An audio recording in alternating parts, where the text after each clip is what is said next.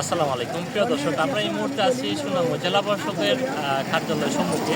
কিছুক্ষণ পূর্বেই সুনামগঞ্জ 4 আসনে জাতীয় পার্টি মনোনীত ত্রয়োদশ জাতীয় সংসদে নির্বাচনে প্রার্থী জাতীয় পার্টির লাঙ্গল প্রতীক প্রার্থী অ্যাডভোকেট নাজমুল হুদা হিমেল উনি নির্বাচন অফিসে উনি ওনার মনোনয়নপত্র দাখিল করেছেন। আমরা ওনার সাথে একটু কথা বলবো। ওনার যারা শুভাকাঙ্ক্ষী আছেন, যারা আজকে এই মনোনয়নপত্র দাখিলে ওনার সাথে ছিলেন, ওনাদের সাথে একটু কথা বলবো। আপনারা জানেন যে এই সুনামগঞ্জ সদর আসনে জাতীয় পার্টির প্রার্থীরা বারবার নির্বাচিত হয়েছে। যেমন আমাদের নেতা মেজর ইকবাল হোসেন চৌধুরী, তিনি তিনবার এই আসন থেকে নির্বাচিত হয়েছেন। আমাদের নেত্রী বেগম মমতাজ ইকবাল এই আসন থেকে নির্বাচিত হয়েছেন। আমাদের পীর ফজলুর রহমান মিসবাহ সাহেব জাতীয় পার্টির প্রার্থী হিসেবে দুইবার তিনি নির্বাচিত হয়েছেন।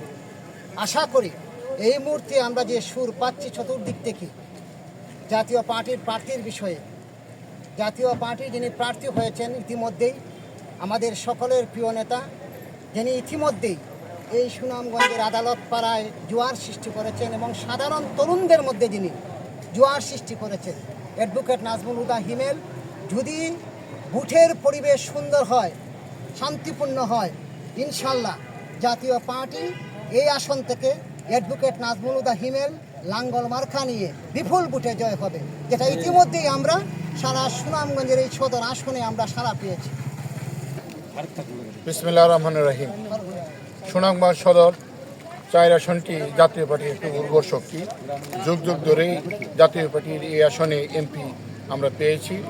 এবারও যদি নির্বাচন সুষ্ঠু হয়, আমরা আশাবাদী যে আমাদের অ্যাডভোকেট নাজমুল হুদা হিমেল সুনামগঞ্জ 4-এ আমরা লাঙ্গল প্রতীক উপহার দিতে পারবো এবং আমরা বিজয় হব ইনশাল্লাহ। বিসমিল্লাহির রহমানির রহিম। আজকে আমরা সুনামগঞ্জ 4 ও বিশম্বরপুর উপজেলা নিয়ে যে আসনটি সুনামগঞ্জ 4 আসনের জাতীয় পার্টির মনোনীত প্রার্থী অ্যাডভোকেট নাজমুল হুদা হিমেলের মনোনয়ন দাখিল করেছি। নির্বাচন পর্যন্ত আমার এই আশা যে যদি সুন্দর এবং সুষ্ঠু নির্বাচন হয় তাহলে আমরা কামিয়াবি হব ইনশাল্লাহ। আমরা নাজমুল হুদা হিমেলকে বিজয়ী করতে পারবো, নিরপেক্ষ এবং সুন্দর নির্বাচন হয়।